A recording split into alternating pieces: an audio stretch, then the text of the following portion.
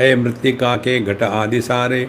वेदांत चर्चा ब्रह्म वेद खोवे, अद्वैत दर्शी सुख नींद सोवे। तो इस अद्वैत तत्व में हमको नित्य निरंतर रहना है। और फिर जगत को कैसे जीना है? बाध के दृष्टि से, बाध वृत्ति। ये बाध वृत्ति को पकड़ लेना आज का महत्व का वह शब्द, बाध वृत्ति। बाध वृत्ति क्या है? जैसे एक नाटक करने वाला एक्टर स्टेज पर नाटक कर रहा है कि वो राजा है, सभी लोग देख रहे हैं उसको और सब लोग तालियां भी बजा रहे, बढ़िया हो रहा है। ये सब होते समय भी उस एक्टर को मालूम होता है कि वो राजा नहीं है, फिर वो केवल एक्टिंग कर रहा है। इसको कहते हैं बाध दृष्टि से जीवन जीना। तो जो जो हमारी औपाधिक अनेकता विशेषता है उसका आदर करो। पति पत्नी भाई बहन माँ बाप इनका आदर करो, सबके साथ प्रेम से रहो।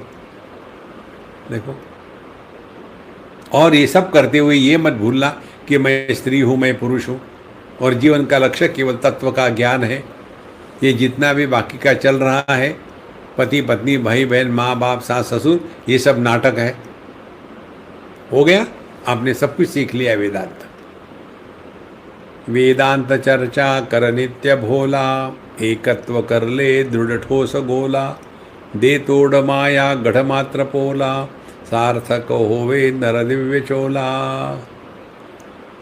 इसीलिए हे भोला महाराज कहते हैं वेदांत चर्चा कर नित्य, नित्य निरंतर वेदांत की चर्चा होनी चाहिए। अन्य के साथ चर्चा और अपने साथ चिंतन। हम लोगों ने ये पढ़ा है कई बार, पंचदशी में पढ़ा है, योगो वशिष्ठ में पढ़ा है, वहाँ भी हमको यही बताया था।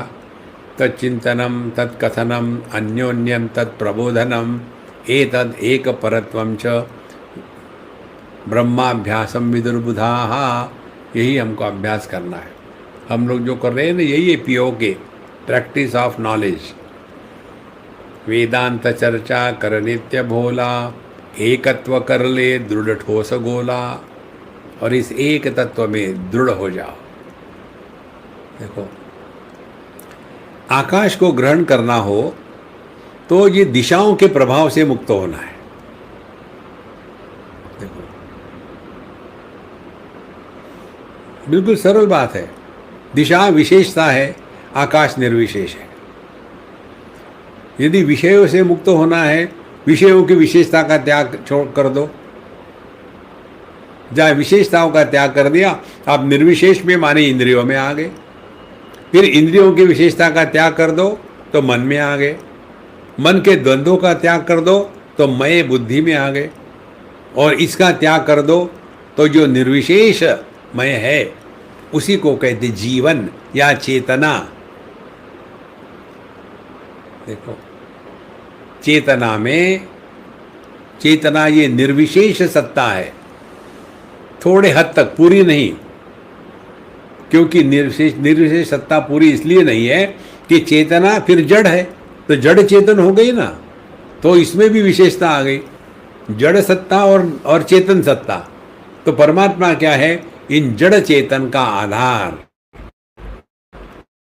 इसी को कहते जड़त्व के दृष्टि से उपादान कारण और चेतना के दृष्टि से निमित्त कारण।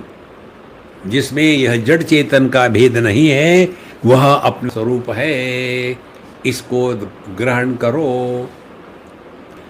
जब हम इसको ग्रहण करना, यह अध्यात्म है, ये सीख लेंगे ना, तब देखो आप, सार्थक होवे नर दिव्य चोला। फिर ये माया का जो गढ़ है उसको एकदम पोला है, उसमें कुछ नहीं है। न होती हुई हम दुखी हो रहे। देखो, एक माँ दुखी होती है अपने लड़की के लिए, अब वो माँ नाम की वस्तु ही है ही क्या? दो स्त्री के देह है। देखो, लेकिन उसमें ऐसे फंस गए हैं, निकलना कठिन है। विशेषताओं को महत्व देने से मनुष्य विशेष रूप से दुखी होता है। हमको अपने आप को इस विशेषताओं से बचाना है और निर्विशेष स्वरूप में आना है।